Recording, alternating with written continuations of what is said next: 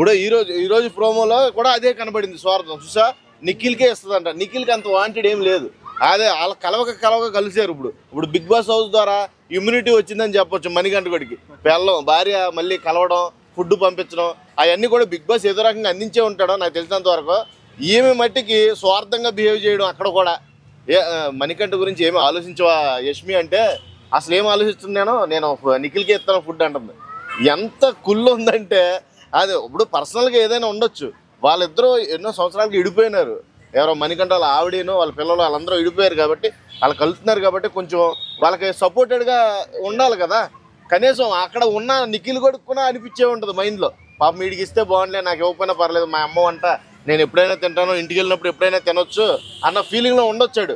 కానీ ఈమె ప్రవర్తించి తీరు మట్టికి రాత్రి నుంచి నాకు చాలా అంటే చాలా కోపం వస్తుంది.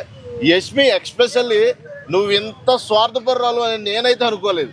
ఫస్ట్లో కనబడింది నీ కన్నింగ్నెస్, నీ స్వార్థం, నీ కుల్లి అన్నీ కనబడి, కానీ మళ్ళీ రాత్రి షోలో మళ్ళీ ఇప్పుడు ప్రోమోలో క్లియర్గా కనబడుతుంది. నిన్ను మటుకు ఈ రోజు నుంచి టార్గెట్ చేశాను. నిన్ను యష్మి పోయే వరకు నాకు మనశ్శాంతి ఉండదు అనమాట. సోనియా వెళ్ళిపోయింది. I'm happy. యష్మి కూడా వెళ్ళిపోవాలి తొందరగా. ఎవరెవరు?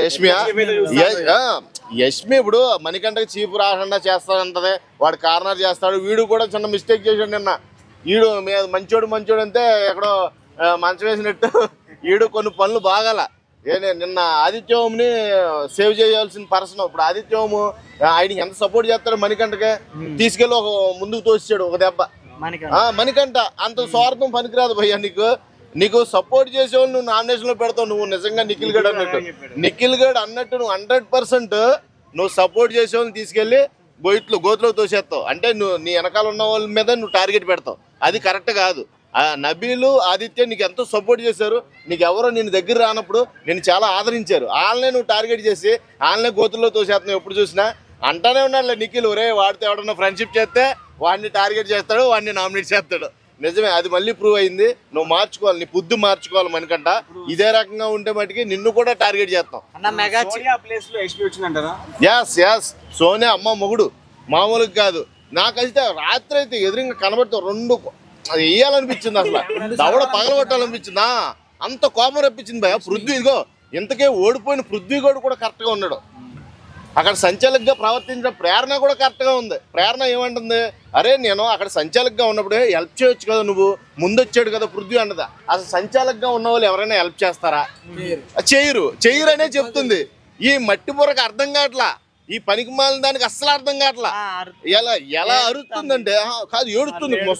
అసలు ఎవరైనా ఏడితే భయ్యా నిజంగా మనకి అయ్యో పాపం అనిపిస్తుంది. రాత్రి ఏడుస్తుంటే రెండు దొబ్బలు అనిపించింది.